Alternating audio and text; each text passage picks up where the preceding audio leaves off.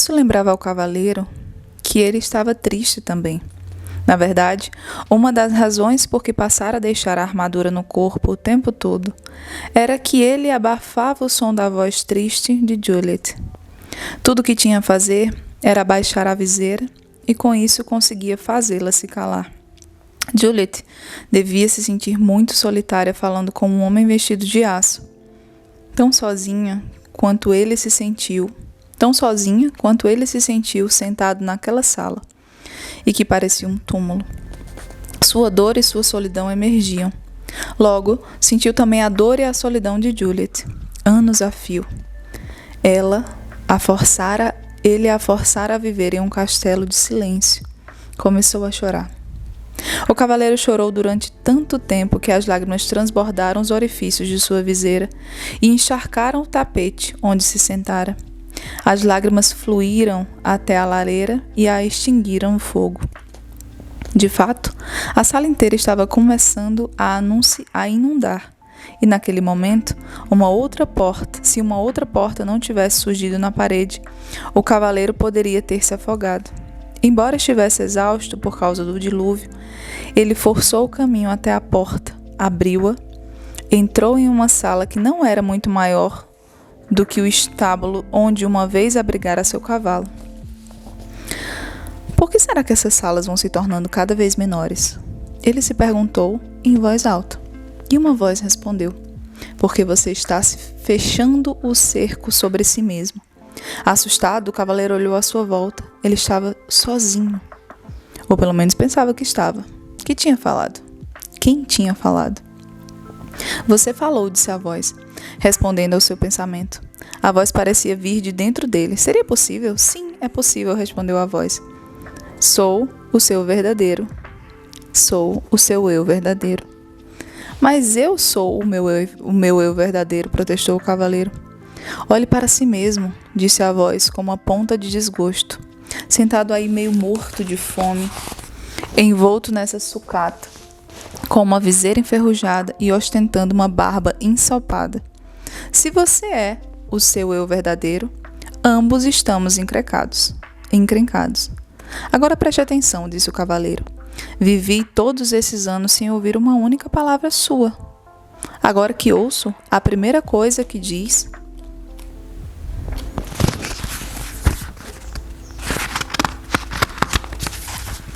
é que você é o meu eu verdadeiro. Por que não se manifestou antes? Tenho estado por perto há anos, replicou a voz, mas esta é a primeira vez que você fica quieto bastante para me escutar. O cavaleiro estava confuso. Se você é meu eu verdadeiro, então diga-me, por favor, quem eu sou. A voz respondeu gentilmente. Você não pode achar que vai aprender tudo de uma única vez. Por que você não dorme um pouco? Está bem, concordou o cavaleiro. Mas antes de dormir, quero saber como devo chamá-lo. Chamar-me? Perguntou a voz surpresa. Ora, eu sou você. Não posso chamar você de eu. Isso me deixaria confuso. Tudo bem, me chame de Sam. Por que Sam? Perguntou o cavaleiro. Por que não? Veio a resposta. Você deve conhecer o Merlin, disse o cavaleiro, a cabeça começando a inclinar de cansaço. Então seus olhos se fecharam enquanto ele mergulhava num sono profundo e sossegado. Ao acordar, o cavaleiro não sabia onde estava. Estava apenas cônscio de si mesmo. O restante do mundo parecia ter desaparecido. Apenas quando já estava plenamente desperto, foi que percebeu que o esquilo e Rebeca estavam sentados sobre seu peito. Como vocês entraram aqui? Perguntou ele. Não estamos lá dentro, disse o esquilo sorrindo. Você está aqui fora. Arulhou Rebeca. O cavaleiro arregalou os olhos e sentou-se. Ele observou a paisagem, admirando. Sem dúvida, ele estava no caminho da verdade. Bem, mas do outro lado do Castelo do Silêncio. Como foi que eu saí de lá? Perguntou ele. Rebeca respondeu. Da única maneira possível. Você concebeu a sua saída. A última coisa que lembra, disse o cavaleiro, era ter falado com... Ele se deteve. Queria contar para o esquilo e Rebeca a respeito do Sam, mas não era fácil de explicar. Além disso, tudo parecia não ter passado de uma imaginação. Havia muito sobre o que refletir. O cavaleiro esticou o braço para coçar a cabeça e precisou de algum tempo para perceber que, na verdade, estava coçando a própria pele. Ele levou ambas as manoplas à cabeça. O elmo havia se desprendido. Tocou a face a sua longa barba descuidada. Esquilo! Rebeca! Gritou ele. Nós sabemos, disseram eles alegremente, em uníssono. Você deve ter chorado de novo no Castelo do Silêncio. Chorei sim, confirmou o cavaleiro. Mas como é possível que um elmo inteiro se corroa da noite para o dia? Os animais riram muito. Rebeca ficou ofegante, dando pinotes pelo chão. O cavaleiro achou que ela ia acabar saindo do próprio corpo. Exigiu que lhe contassem o que era assim tão engraçado. Esquilo foi o primeiro a recuperar o fôlego. Você não passou apenas uma noite no castelo. Então quanto tempo se passou? E se eu lhe disser que enquanto você estava lá dentro, poderia ter facilmente juntado mais de 5.000 nozes? Eu diria, você é louco, exclamou o cavaleiro. Você permaneceu no castelo por muito tempo, afirmou Rebeca. O cavaleiro estava boca aberta, incrédulo. Olhou para o céu com uma voz estrondosa e disse: Merlin, preciso falar com você. Como prometera, o mago apareceu imediatamente. Estava nu, exceto pela longa barba, e pingava de tão molhado. Aparentemente, o cavaleiro pegara Merlin tomando banho. Perdoe-me por essa intrusão, disse o cavaleiro, mas trata-se de uma emergência. Não faz mal, disse Merlin, interrompendo. Os magos acabam se acostumando com essas inconveniências. Ele sacudiu a barba para tirar a água. Para responder à sua pergunta, devo dizer que é verdade. Você permaneceu no Castelo do Silêncio por muito tempo. Merlin nunca deixava de surpreender o cavaleiro. Como você sabia que eu ia perguntar sobre isso? Como me conheço, posso conhecer você. Somos todos parte um do outro, respondeu o mago. O cavaleiro refletiu um segundo. Começou a entender. Eu pude sentir a dor de Juliet porque eu sou parte dela? Sim, respondeu Merlin. Foi por isso que você pôde chorar por ela e também por você. Essa foi a primeira vez que você derramou lágrimas por outra pessoa. O cavaleiro disse ao mago que sentia orgulhoso. O mago sorriu com indulgência. Não temos de sentir orgulho por sermos humanos. Isso é tão sem sentido quanto seria para Rebeca sentir orgulho por poder voar. Rebeca nasceu com asas, você nasceu com o coração e agora está o usando, simplesmente como deveria fazê-lo.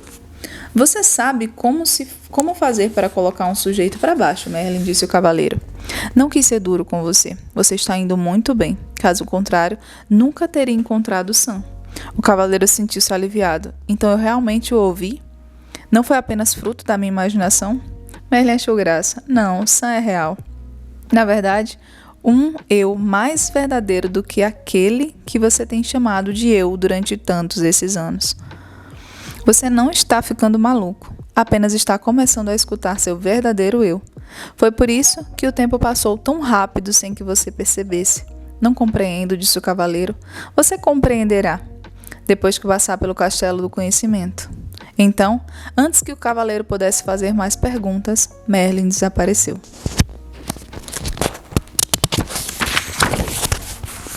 Capítulo 5. O Castelo do Conhecimento. O cavaleiro, Esquilo e Rebeca recomeçaram a caminhada pelo caminho da verdade em direção ao Castelo do Conhecimento. Eles pararam apenas 2 vezes naquele dia. Uma para comer e outra para o cavaleiro raspar a sua barba descuidada e cortar seu longo cabelo com a borda afinada de sua manopla. Ele parecia se sentir muito melhor depois que fez aquilo, e estava mais livre agora do que estivera antes. Seu elmo podia comer nozes sem precisar da ajuda do esquilo. Sem o elmo, podia comer nozes sem precisar da ajuda do esquilo, embora tivesse apreciado a técnica de salva-vidas. Ele não considerava realmente uma forma graciosa de viver. Também podia se alimentar com frutas, raízes, às quais tinham se acostumado. Nunca mais comeria pombos ou qualquer outra ave ou carne outra vez, porque compreendeu que fazer isso seria literalmente ter amigos para jantar. Pouco antes do cair da noite, o trio afastou-se, arrastou-se morro acima e contemplou o Castelo do Conhecimento à distância. Ele era maior do que o Castelo do Silêncio. A sua porta era feita de ouro maciço. Esse era o maior castelo que o cavaleiro já tinha visto, maior ainda do que aquele que o rei havia construído para si. O cavaleiro olhou fixamente a impressionante estrutura, curioso para saber quem teria planejado. Naquele exato momento, seus pensamentos foram interrompidos pela voz de Sam. O castelo do conhecimento foi projetado pelo próprio universo, a fonte de todo o conhecimento. O cavaleiro ficou surpreso, mas feliz em ouvir Sam novamente. Estou contente de você ter voltado, disse ele. Na verdade, nunca fui embora, replicou Sam. Lembre-se de que eu sou você. Por favor, não quero passar por isso de novo. Como estou agora que fiz a barba e cortei o cabelo? É a primeira vez que você tirou vantagem por ser encurtado, respondeu Sam. O cavaleiro riu da brincadeira de Sam. Ele apreciava seu senso de humor. Se houvesse qualquer semelhança entre o castelo do conhecimento e o castelo do silêncio, ele ficaria feliz em ter Sam como companhia. O cavaleiro, Esquilo e Rebeca cruzaram a ponte levadiça sobre o fosso que os circundava o castelo e pararam diante da porta de ouro. O cavaleiro retirou a chave de seu pescoço e girou-a na fechadura. Enquanto empurrava a porta, ele perguntou a Rebeca e Esquilo se deixariam como haviam feito antes. Não, Rebeca respondeu. O silêncio é para um, o conhecimento é para todos. O cavaleiro ficou pensando como a palavra pombo veio significar algo incrédulo, fácil de enganar. Os três atravessaram a porta e se depararam com uma escuridão tão densa que o cavaleiro não conseguia enxergar a própria mão. Ele tateou em busca das costumeiras tochas que ficaram junto à porta de entrada dos castelos para iluminar o caminho, mas não havia nenhuma. Um castelo com uma porta de ouro e sem tochas? Até os castelos mais simples da região têm tochas, resmungou o cavaleiro enquanto o Esquilo o chamava. O cavaleiro dirigiu-se cuidadosamente até que ele viu, apontando para uma inscrição que brilhava na parede. Estava escrito: o conhecimento é a luz através da qual você encontrará seu caminho. Preferi estar com uma tocha.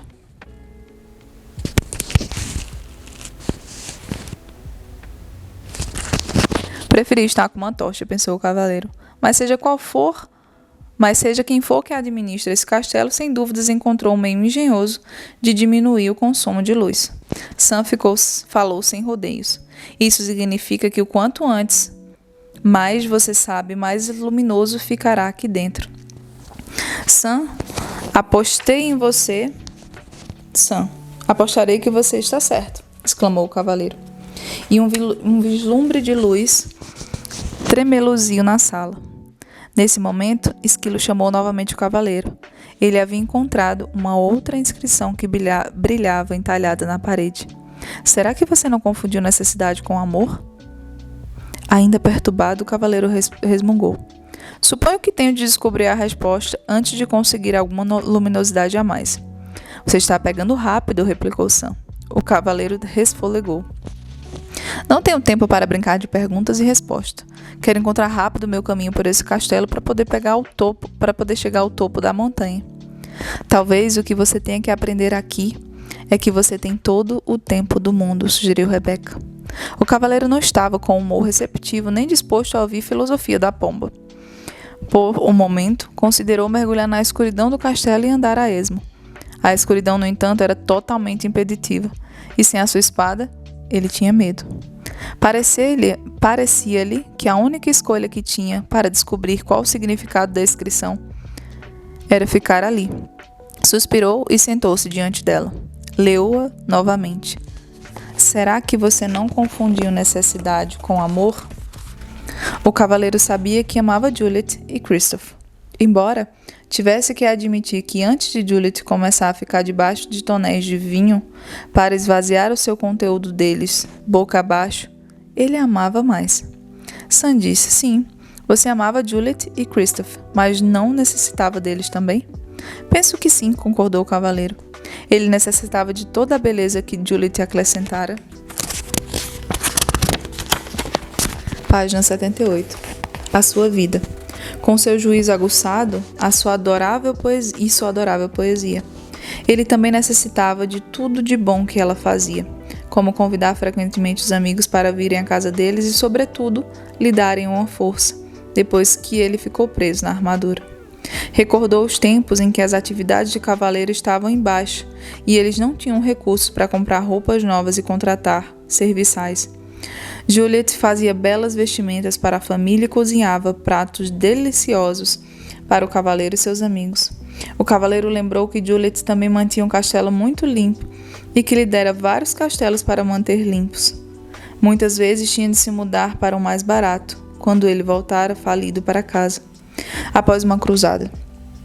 Ele deixava Juliet sozinha para fazer a maior parte da mudança, uma vez que costumava participar de torneios.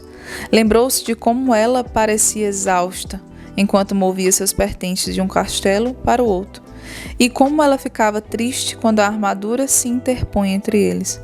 Não foi então que Juliet passou a ficar para baixo de tonéis de vinho? Perguntou Sam com voz gentil. O cavaleiro assentiu com a cabeça e seus olhos começaram a encher de lágrimas. Então um pensamento aterrador veio à sua mente. Ele não quisera se culpar por tudo que fizera. Preferia culpar Juliet pelo hábito de beber vinho. Na verdade, ele precisava que ela tivesse esse hábito para poder dizer que era tudo culpa dela, inclusive o fato dele ter ficado entalado na armadura. Quando o cavaleiro se deu conta de como havia usado Juliet injustamente, lágrimas rolaram sobre o seu rosto. Sim, ele necessitara dela mais do que a amara. E quisera tê-la amado mais do que necessitado, menos dela. Mas não sabia como. Enquanto chorava, ocorreu ao cavaleiro que ele também necessitava de Christopher mais do que o amara. Um cavaleiro precisava de um filho que saísse e empreendesse batalhas em nome do pai, quando este ficasse velho. Isso não queria dizer que o amava, que amava o Christopher, porque ele amava a beleza dos seus cabelos dourados. E só amava isso no seu filho. Também gostava de ouvir Christopher dizer: "Eu te amo, papai." Mas ao mesmo tempo em que amava esses aspectos de Christopher, ele também era uma resposta à necessidade que havia dentro dele. Página 80.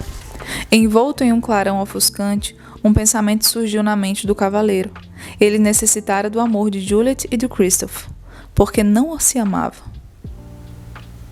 Na verdade, ele necessitava do amor de todas as donzelas que resgatava e os dragões de todas as pessoas por quem lutara nas cruzadas, porque não se amava.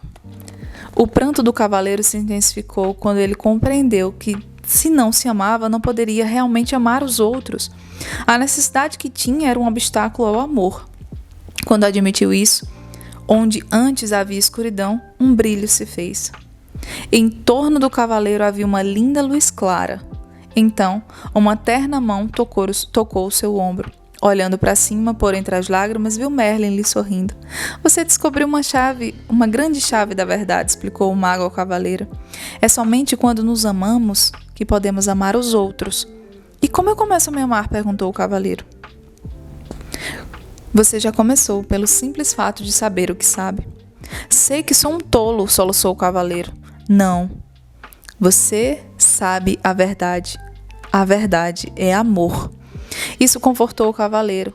Ele parou de chorar. Quando seus olhos secaram, ele percebeu luz à sua volta. Era diferente de todas as luzes que tinha visto antes. Parecia vir de algum lugar e, ao mesmo tempo, de todos os lugares. Merlin ecoou os pensamentos do cavaleiro. Não há nada mais bonito do que a luz do autoconhecimento. O cavaleiro contemplou a luz, em seguida, encarou as trevas à frente. "Não existe escuridão nesse castelo para você, não é mesmo?"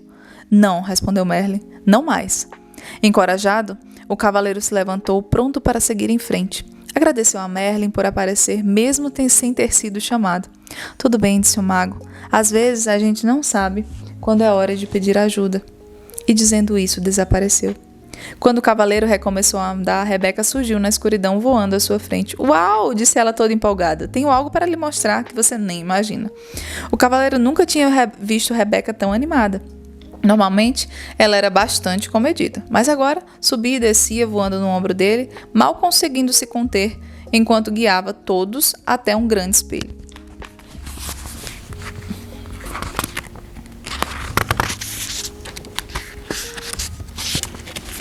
Página 82. É esse! Arrulhou Rebeca, alto, seus olhos brilhavam de entusiasmo. O cavaleiro ficou desapontado. "É apenas um velho espelho barato." disse ele impacientemente. Vamos, temos que seguir em frente. Não, não é um espelho comum, insistiu Rebeca. Ele não mostra como você parece, mostra quem você realmente é. O cavaleiro ficou intrigado, mas não entusiasmado. Ele nunca ligara muito para espelhos porque nunca se considerava muito atraente. Mas Rebeca insistiu. E então, relutante, ele se pôs diante do espelho e olhou fixamente para o seu reflexo. Para sua surpresa, em vez de um homem alto, com olhos tristes, nariz grande, encouraçado até o pescoço, viu uma pessoa charmosa e cheia de vida, cujos olhos brilhavam com paixão e amor. Quem é esse? Perguntou. O esquilo respondeu, é você. Esse espelho é uma impostora, disse o cavaleiro. Não é assim que eu aparento. Você está vendo o seu eu verdadeiro, explicou Sam. O que vive por debaixo dessa armadura. Mas, protestou o cavaleiro olhando de forma penetrante para o espelho, este homem é um espécime perfeito. A sua face é plena de beleza e de inocência. Esse é o seu potencial, respondeu Sam. Ser belo, inocente e perfeito. Se esse é meu potencial, disse o cavaleiro, algo terrível aconteceu com o meu percurso para realizá-lo. Sim, replicou Sam. Você colocou uma armadura invisível em você e os seus sentimentos verdadeiros. Ela está em você há tanto tempo que se tornou visível permanentemente. Talvez eu tenha realmente escondido meus sentimentos, disse o cavaleiro, mas eu não podia simplesmente dizer tudo o que me vinha à cabeça e fazer tudo o que eu tinha vontade de fazer. Ninguém iria gostar de mim. Ao pronunciar essas palavras, o cavaleiro abruptamente compreendera que vivera toda a sua vida de maneira a fazer com que as pessoas gostassem dele. Pensou em todas as cruzadas que lutara, os dragões que matara, as donzelas que salvaram do perigo, tudo para provar que era bondoso, gentil e amoroso. A verdade é que ele não precisava provar isso. Ele era bondoso, gentil e amoroso. Quanto tempo perdido, exclamou ele. Desperdicei minha vida inteira. Não, disse Sam rapidamente. Nada foi perdido. Você precisava de tempo para aprender o que acabou de aprender. Mesmo assim, sinto vontade até de chorar, disse o cavaleiro. Isso sim seria um desperdício, disse Sam. Em seguida, entoou uma curta cantiga. Lágrimas de autopiedade em desprazer terminam. Não são as desse tipo que as armaduras eliminam. O cavaleiro não estava com ânimo para apreciar as cantigas de Sam, ou mesmo seu humor. Para com essas rimas desagradáveis ou vou chutá-lo daqui para fora, berrou ele. Você não pode me chutar para fora, deferiu Sam. Eu sou você, esqueceu? Naquele momento, o cavaleiro teria dado um tiro em si mesmo com satisfação, para se livrar de Sam. Mas, felizmente, as armas de fogo ainda não tinham sido inventadas. Parecia não haver jeito de se livrar do Sam.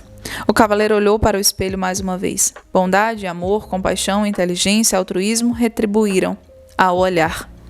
Ele compreendeu que tudo o que precisara fazer era possuir essas qualidades e, acima de tudo, reivindicá-las, pois elas sempre lhe haviam pertencido. Com esse pensamento, a linda luminosidade resplandeceu novamente, mais clara do que antes. Ela iluminou a sala inteira, revelando para a surpresa do cavaleiro que o castelo era composto de apenas uma sala gigantesca. E o código padrão para a construção de um castelo do conhecimento, disse Sam, é esse código.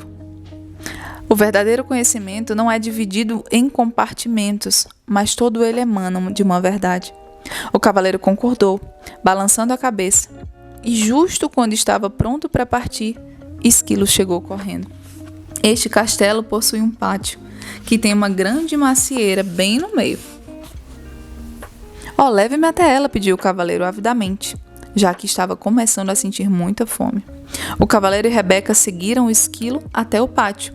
Os galhos robustos da grande árvore curvaram-se com o peso das maçãs mais vermelhas e brilhantes que o cavaleiro já vira. O que você acha dessas maçãs? Zombou Sam. O cavaleiro pegou-se dando risadinhas. Depois notou uma inscrição esculpida numa laje de pedra ao lado da árvore. Para essa fruta, não importa a condição, mas que você agora aprenda sobre ambição. O cavaleiro refletiu sobre essas palavras, mas francamente não tinha a menor ideia do que elas queriam dizer e decidiu então ignorá-las. Se você fizer isso, nunca sairemos daqui, disse o Sam. O cavaleiro gemeu. Essas inscrições estão ficando cada vez mais difíceis de entender. Ninguém falou que o castelo do conhecimento seria moleza, disse Sam firmemente. O cavaleiro suspirou. Pegou a maçã e se sentou debaixo da árvore com Rebeca e Esquilo. Vocês dão conta dessa? Ele perguntou. Esquilo fez que não com a cabeça. O cavaleiro olhou para Rebeca e também fez que não com a cabeça. Mas sei com certeza, respondeu a pomba, pensando que não tenho ambições. Nem eu, aperteou o Esquilo. Eu aposto que essa árvore também não tem nenhuma. Existe um propósito para ela, disse Rebeca. Essa árvore é como a gente, não tem ambições. Talvez não precise delas. Isso é correto para árvores e animais, diz o cavaleiro. Mas como seria uma pessoa sem ambição? Feliz, falou Sam abertamente. Não, acho que não. Vocês todos estão certos, disse uma voz familiar. O cavaleiro virou-se e viu Merlin de pé atrás dele e os animais. O mago estava vestido com um longo manto branco e carregava um alaúde. Estava prestes a chamá-lo, disse o cavaleiro. Eu sei, replicou o mago. Todos precisam de ajuda para entender uma árvore. As árvores estão satisfeitas simplesmente sendo árvores, assim como Rebeca e Esquilo estão felizes simplesmente sendo o que são. Mas os seres humanos são diferentes, protestou o cavaleiro. Eles possuem mentes. Nós também temos mentes, declarou Esquilo, que ficara um pouco ofendido. Desculpe. É que os seres humanos têm mentes bastante complicadas, que fazem com que desejos tornam-se melhores, explicou o cavaleiro. Melhores do quê? Perguntou Merlin, tirando displicentemente o som do alaúde. Melhores que são, respondeu o cavaleiro. Eles nascem lindos, inocentes e perfeitos. O que pode ser melhor que isso? Perguntou Merlin. Não estou querendo dizer que eles desejem ser melhores do que pensam que são. E desejam ser melhores do que os outros são. Você sabe, como eu sempre quis ser melhor cavaleiro do reino. Eu sempre quis ser o melhor cavaleiro do reino. Assim, disse Merlin, a ambição originada dessa sua mente complicada o levou a tentar provar que você era melhor do que os outros cavaleiros. E o que há de errado nisso? Perguntou o cavaleiro na defensiva.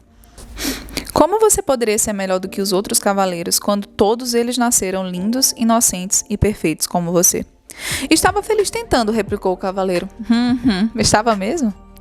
Ou será que você estava tão ocupado tentando vir a ser quem não podia desfrutar de ser simplesmente? Você está me deixando muito confuso, resmungou o cavaleiro. Sei que as pessoas necessitam de ambição. Elas desejam ser inteligentes e ter bons castelos. E desejam trocar de cavalo o ano inteiro. E desejam trocar o cavalo do ano passado por um novo. Elas querem progredir. Agora você está falando sobre o desejo que o ser humano tem de ser rico, mas se ele é bondoso, amoroso, compassivo, inteligente e altruísta, como poderia ser mais rico? Essas riquezas não compram castelos e nem cavalos, disse o cavaleiro. É verdade. Merlin sorriu. Existe mais de um tipo de riqueza, assim como existe mais de um tipo de ambição. Para mim, ambição é ambição. Ou a pessoa deseja progredir ou não. Ponto. Não é assim tão simples, respondeu o mago. A ambição originada da mente pode lhe render lindos castelos e belos cavalos. Entretanto, somente a ambição que vem do coração pode te trazer mais felicidade. Ah, tá. E o que é a ambição que vem do coração? Questionou o cavaleiro. A ambição do coração e pura. Ela não compete com ninguém, nem fere ninguém. Na verdade, ela o serve de tal maneira que serve a todos os outros ao mesmo tempo. Como? Perguntou o cavaleiro, esforçando-se para compreender. É nesse ponto que podemos aprender plenamente. É nesse ponto que podemos aprender com a macieira. Ela se tornou graciosa e plenamente madura, cheia de bons frutos, que dá livremente a todos. Quanto mais maçãs as pessoas retiram dela, disse Merlin, mais ela cresce e mais formosa fica. Essa árvore está fazendo exatamente o que macieiras devem fazer, atingindo seu potencial para benefício de todos. Pode compreender O mesmo com as pessoas, quando a ambição delas vem do coração. Mas, objetou o cavaleiro, e se eu ficar por aí o dia todo dando mações de graça, não teria condições de possuir um elegante castelo, nem poderia trocar de cavalo todo ano. Você, como a maioria das pessoas, deseja possuir uma porção de coisas boas, mas é necessário separar necessidade de ganância. Vai dizer isso a uma esposa que deseja um castelo e um reino melhor, retorquiu o cavaleiro. Um ar de divertimento despontou no rosto de Merlin. Você poderia vender algumas maçãs para pagar o seu castelo novo e os seus cavalos novos. Depois poderia doar as maçãs que não precisasse para que os outros pudessem se alimentar. É mais fácil para as árvores do que para as pessoas desse mundo, disse o cavaleiro, filosoficamente. É tudo uma questão de percepção, disse Merlin. Você recebe a mesma energia vital que a árvore. Compartilha da mesma árvore, do mesmo ar e do mesmo alimento da terra. Eu garanto-lhe que aprender com a árvore também poderá gerar frutos que a natureza tem o propósito de gerar, e logo terá todos os castelos e cavalos que desejar. Você quer dizer que eu poderia conseguir tudo o que eu preciso simplesmente permanecendo enraizado, sem sair do meu próprio quintal? Perguntou o cavaleiro zombeteiramente. Merlin riu. Aos seres humanos foram dados 2 pés, para que não precisassem ficar em um mesmo lugar. Mas, se ficassem sossegados mais vezes para aceitar e desfrutar, em vez de ficarem correndo de um lado para o outro, atrás de coisas, compreenderiam verdadeiramente a ambição que vem do coração. O cavaleiro sentou-se silenciosamente, refletindo sobre as palavras de Merlin. Contemplou a macieira florescendo diante dele. Seus olhos se deslocaram da árvore para o esquilo, depois para Rebeca e finalmente para Merlin. Nem a árvore, nem os animais tinham ambição. E a ambição de Merlin vinha obviamente do coração. Todos eles pareciam felizes e bem nutridinhos. Eram todos belos, e eram belas espécimes de vida. Em seguida, considerou a si mesmo, emagrecido, com uma barba que começava a ficar desgrenhada novamente. Estava subnutrido, nervoso e exausto de ficar arrastando sua pesada armadura de um lado para o outro. Tudo isso adquirira por causa da ambição da sua mente, e agora sabia que tudo isso precisava mudar. A ideia era assustadora, mas ora, ele já perdera tudo. Então o que mais tinha a perder? De agora em diante, minha ambição virá do coração, jurou ele. Ao pronunciar essas palavras, o castelo e Merlin desapareceram, e o cavaleiro encontrou-se de novo no caminho da verdade com Rebeca e Esquilo. Junto ao caminho havia um borbulhante riacho. Sedento, ele se ajoelhou para beber a água e percebeu um tanto surpreso que a armadura sobre os seus braços e pernas havia enferrujado e desprendido. Sua barba estava bastante longa outra vez.